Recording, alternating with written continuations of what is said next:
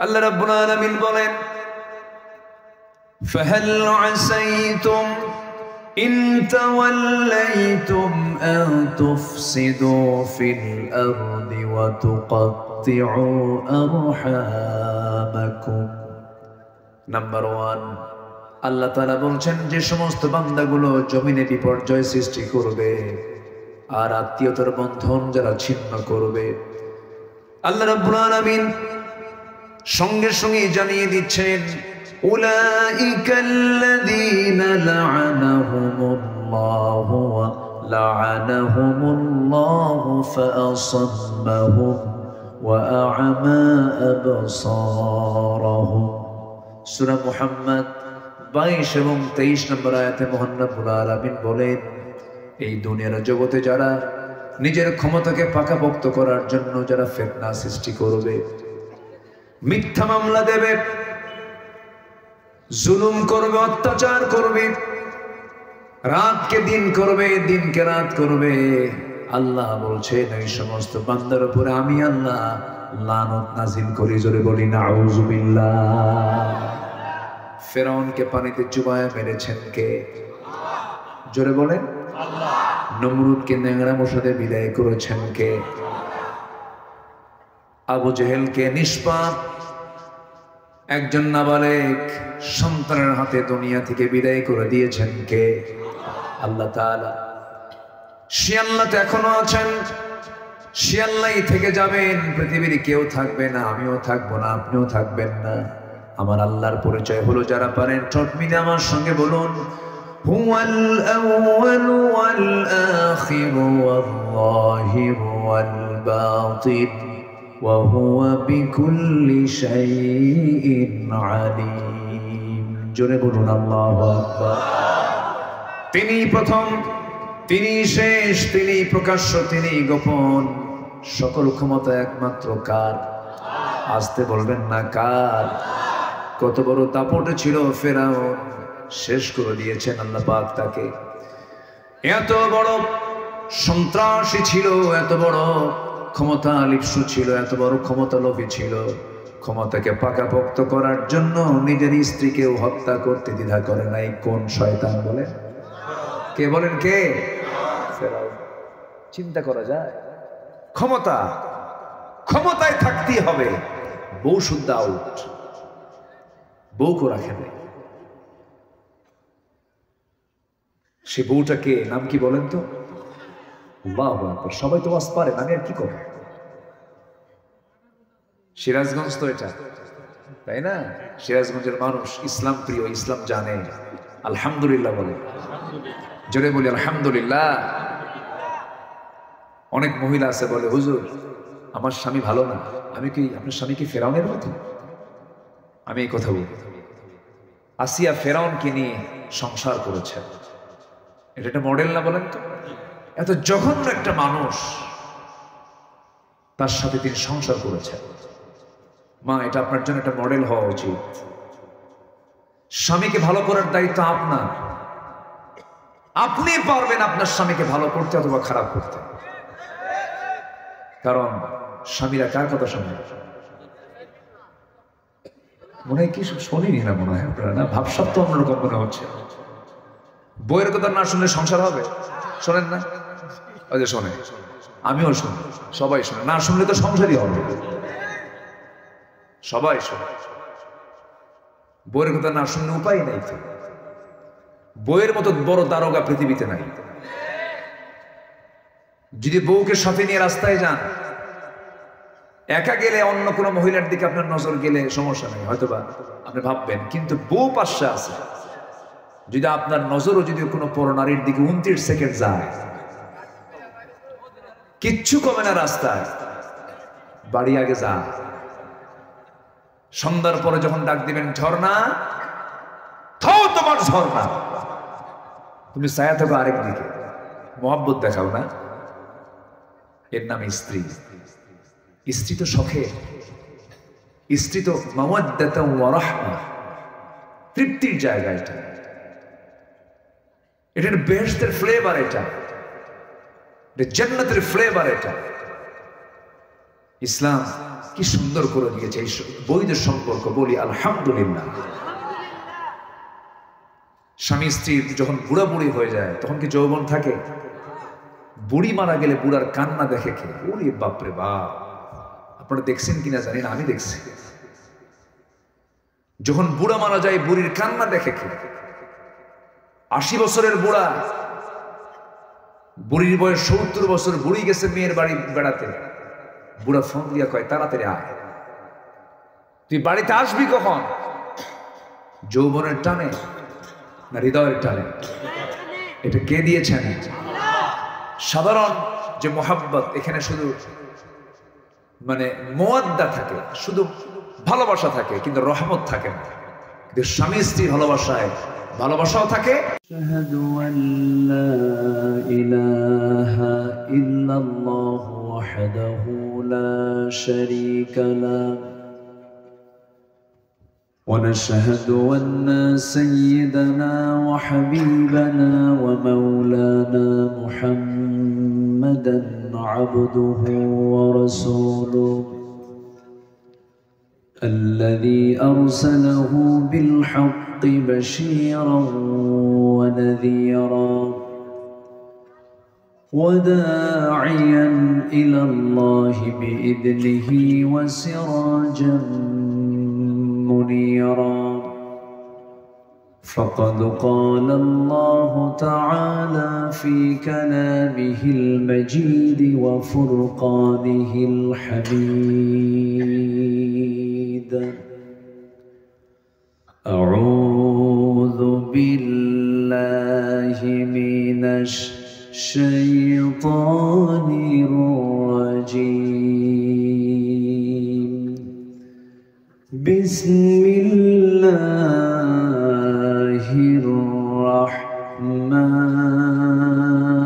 الرحمن الرحيم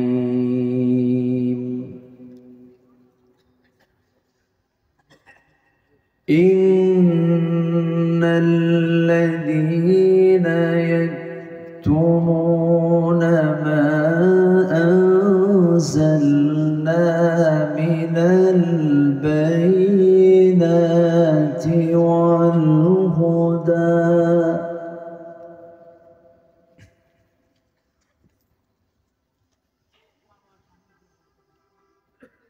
من البينات والهدى من بعد ما بيناه للناس في الكتاب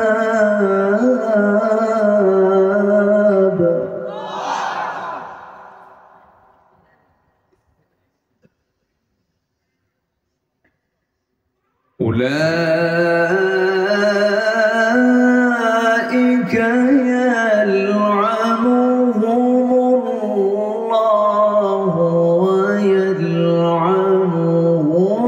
اللاعنون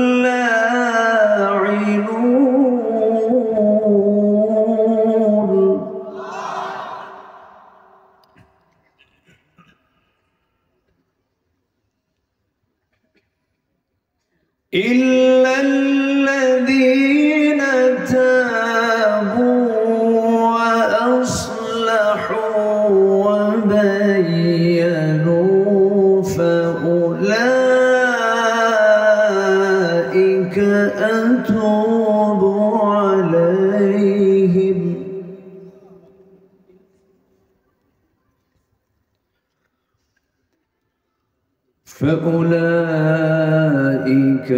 أتوب عليهم وأنا التواب الرحيم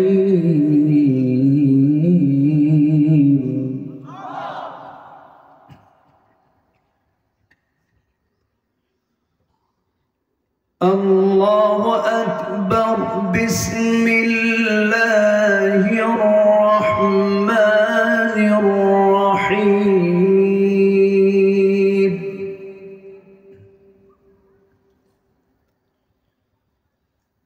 إن الله وملائكته وملائكته يصلون على النبي يا أيها الذين آمنوا صلوا عليه وسلموا تسليما اللهم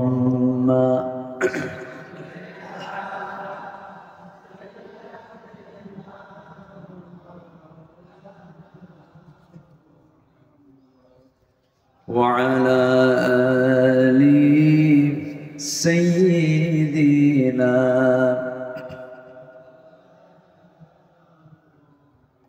একটু মোহাব্বত দিয়ে নবীর প্রেমে মাতোয়ারা হয়ে আওয়াজ দিয়ে জোরালো কণ্ঠে সবাই বলুন আল্লাহুম্মা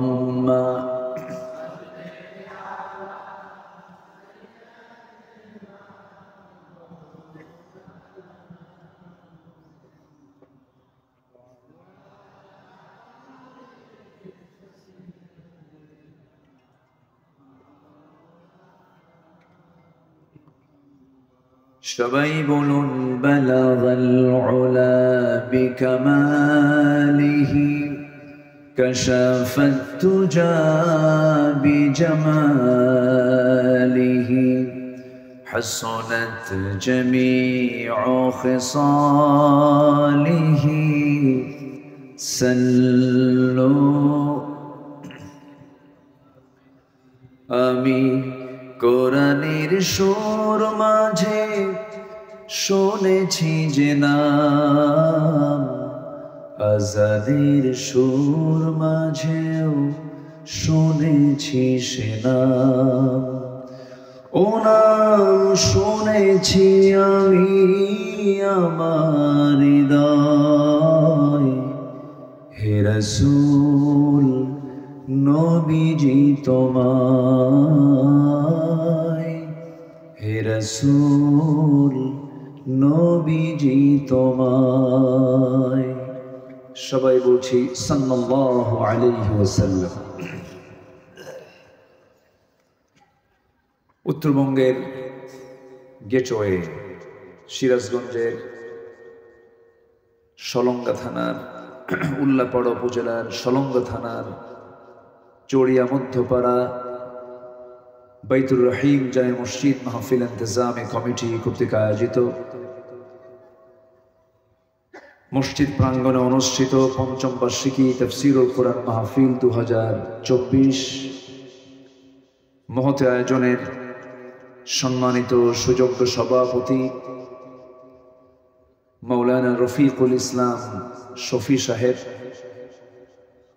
আমার পূর্বে কথা বলেছেন নন্দিত আলেমে দ্বীন মুফতি মাহফুজুর রহমান হাকিমপুরি হাফিজাহুল্লাহ। আজকের মাহফিলের বরেণ্য অতিথি আমার ডান পাশে উপবিষ্ট আমার মুরব্বী, যাদের কাছ থেকে আমরা শৃঙ্খলা শিখেছি, আন্দোলন বুঝেছি, যারা আমাদের প্রেরণার বাতিঘর, বিগত সময়ের সর্বোচ্চ মজলুম জননেতা, আমরা যারা 16 বছরে যারা সচেতন ছিলাম, দেখেছি জুলুম যার উপরে অবিরত ছিল, শহীদি কাফেলা, দুর্জয় কাফেলা, বাংলাদেশ ইসলামী ছাত্র শিবিরের সফল সাবেক কেন্দ্রীয় সভাপতি, তুখোড় ছাত্রনেতা, এই উল্লাপাড়ার কৃতি সন্তান, শুধু উল্লাপাড়া নয়, টেকনাফ থেকে তেতুলিয়া, রূপসা থেকে পাথুরিয়া, সুন্দরবন থেকে বান্দরবান, এই 18 কোটি মানুষের ইসলামী আন্দোলনের অন্যতম সিপাহ সালার মুহতারাম মুকাররমিন মাওলানা রফিকুল ইসলাম খান হাফিজাহুল্লাহ। আজকের মাহফিলের সম্মানিত অতিথিবৃন্দ, বিশেষ করে জাতির শ্রেষ্ঠ সন্তান শিক্ষক মণ্ডলী, জাতির বিবেক সাংবাদিক বৃন্দ, সামনে উপস্থিত দূরে কাছে বিভিন্ন স্থান থেকে ছুটে আসা কালিমার ঝান্ডাবাহী, তাওহীদের পতাকাবাহী, দ্বীন ইসলামের নরসারদুল বীর মুজাহিদ, প্রাণ প্রিয় সম্মানিত দ্বীনী ভাইরা, আড়ালে বসে আছেন শ্রদ্ধেয়া সম্মানিতা মা বোনেরা। আলোচনার সূচনায় আনুষ্ঠানিকতার মধ্য দিয়ে আমার পক্ষ থেকে আবারও দিল খোলা সালাম, আসসালামু আলাইকুম ওয়া রাহমাতুল্লাহি ওয়া বারাকাতুহু। সালামের জবাব একটু ভিজা ভিজা মনে হচ্ছে, কিন্তু আসসালামু আলাইকুম ওয়া রাহমাতুল্লাহ। সবাই কেমন আছেন?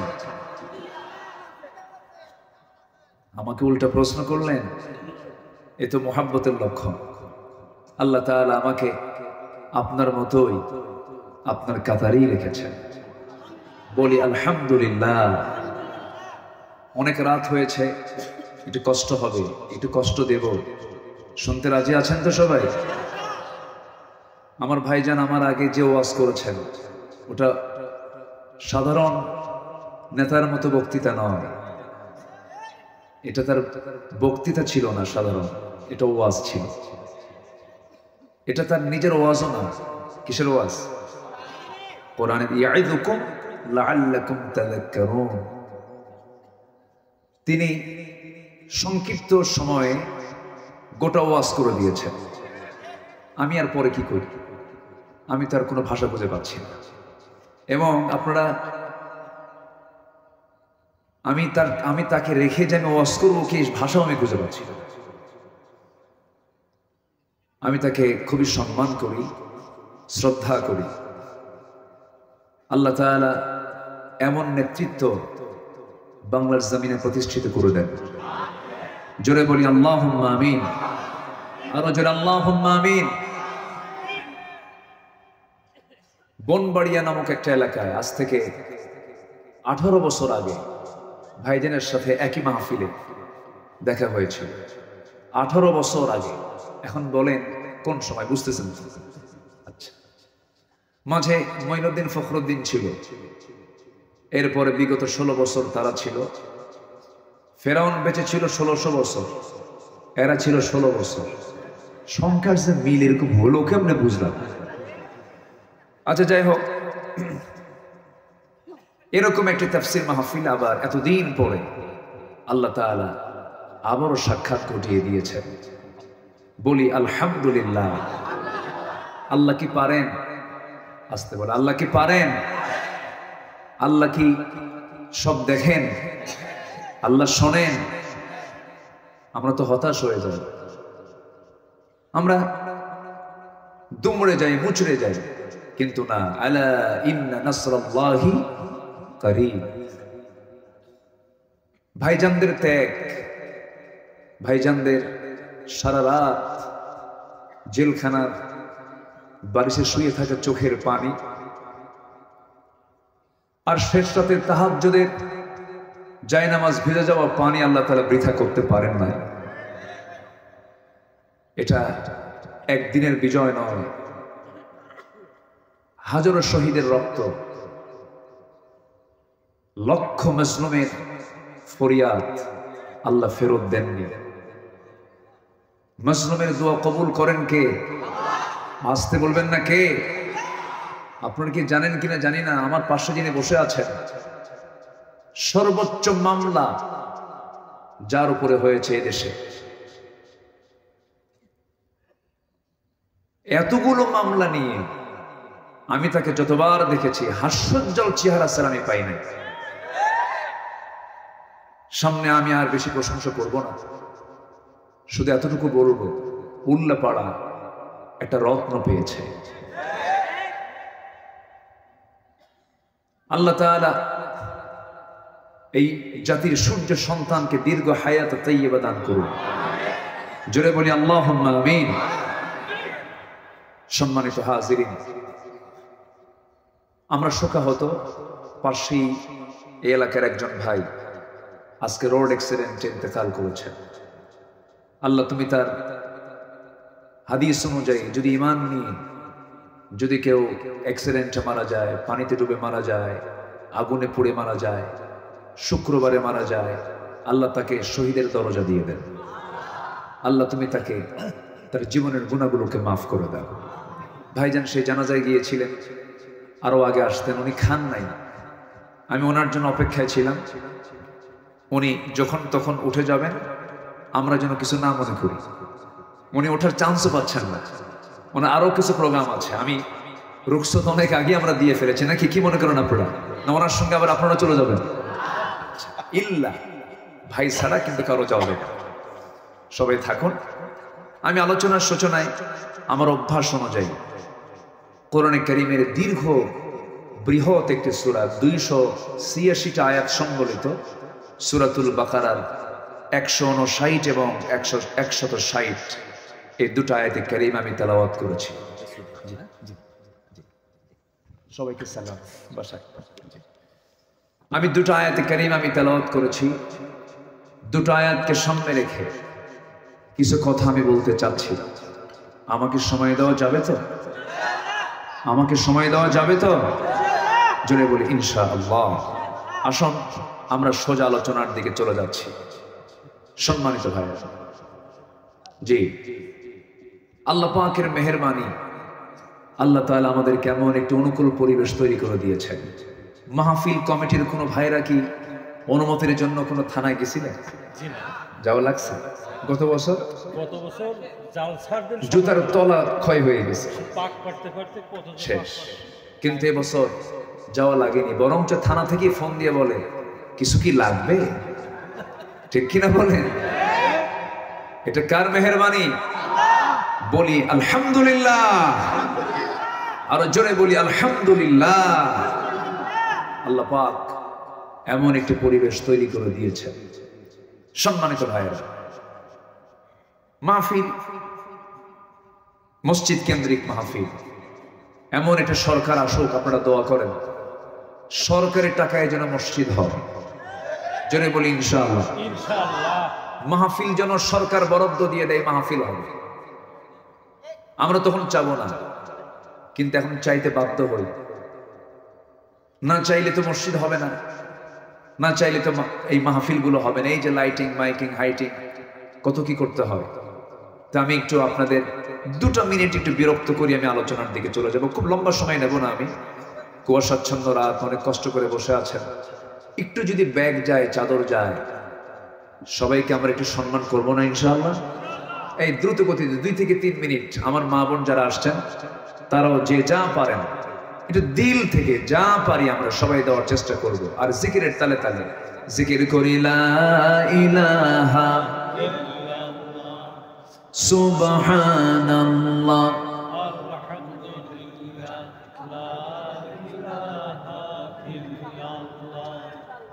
জি, আমরা যে যা পারি আমরা সবাই দেব, কারো হাতের ছোঁয়া যেন মিস না হয়।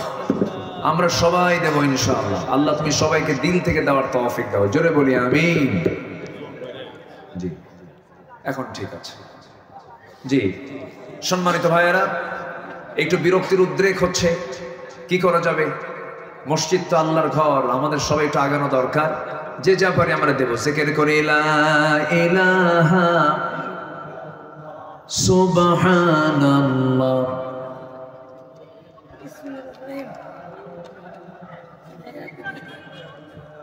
ঠিক আছে জি। লা ইলাহা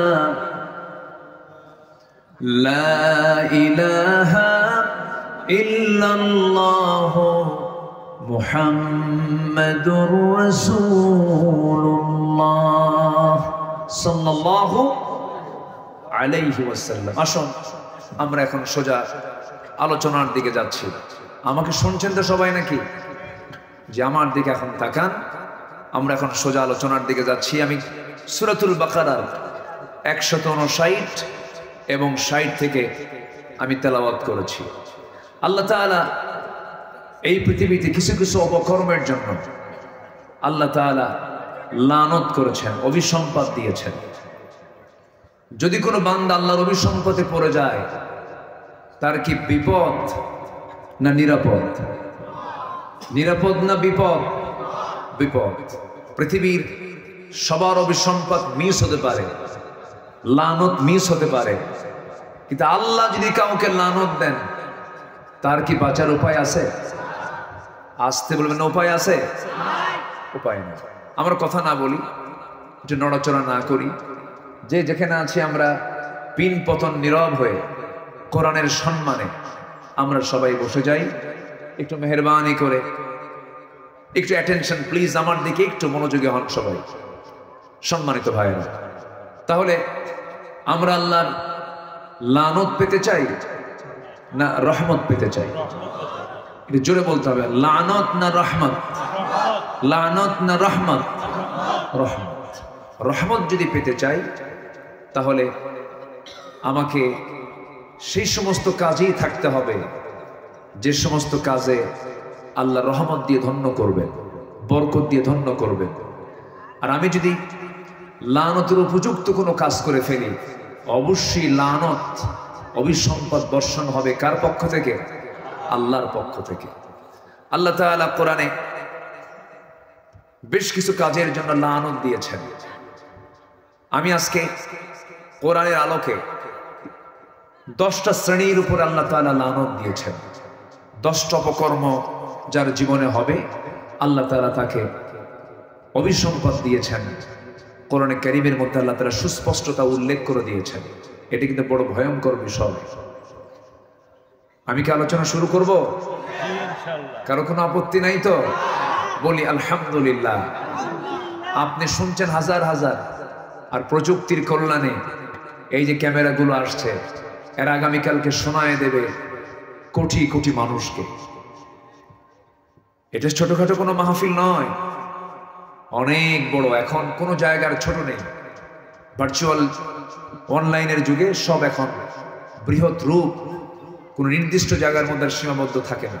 তো আপনার নড়াচড়া, আপনার যদি কোনো বিশৃঙ্খলা দেখা দেয়, তাহলে আমি আমার আলোচনা হারিয়ে ফেলবো। এই জন্য সবাইকে কোরআনের সম্মানে মনোযোগী হওয়ার আমি বিনীত অনুরোধ করছি। তাহলে আমরা সেই লানতপ্রাপ্ত বান্দাদের কাতারে যেতে চাই না।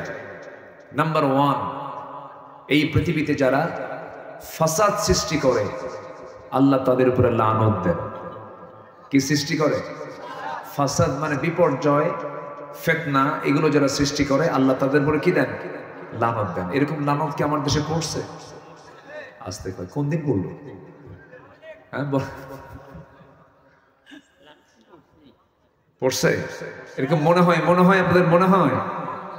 হ্যাঁ, দেখেন আয়াত শুধু মিলাই দেব, দেখেন কিভাবে মিল হয়ে যায়। আল্লাহ রাব্বুল আলামিন বলেন, ফাহাল আসাইতুম ইন তাওয়াল্লাইতুম আন তুফসিদু ফিল আরদি ওয়া তুকাত্তিউ আরহামাকুম। নাম্বার 1, আল্লাহ তাআলা বলছেন যে সমস্ত বান্দাগুলো জমিনে বিপর্যয় সৃষ্টি করবে আর আত্মীয়তার বন্ধন যারা ছিন্ন করবে, আল্লাহ রাব্বুল আলামিন সঙ্গে সঙ্গে জানিয়ে দিচ্ছেন, উলাইকাল্লাযীনা লা'আনাহুমুল্লাহু ওয়া লা'আনাহুমুল্লাহু ফাআসাম্মাহুম ওয়া আ'মা আবসারাহুম। সূরা মুহাম্মদ 22 এবং 23 নম্বর আয়াতে মহান রব্বুল আলামিন বলেন, এই দুনিয়ার জগতে যারা নিজের ক্ষমতাকে পাকাপোক্ত করার জন্য যারা ফিতনা সৃষ্টি করবে, মিথ্যা মামলা দেবে, জুলুম করবে, অত্যাচার করবে, রাতকে দিন করবে, দিনকে রাত করবে, আল্লাহ বলছেন এই সমস্ত বান্দার উপরে আমি আল্লাহ লানত নাজিল করি। জোরে বলি নাউযুবিল্লাহ।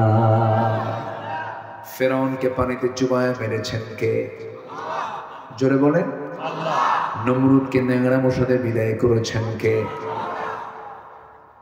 আবু জেহেলকে নিষ্পাপ একজন নাবালেগ সন্তানের হাতে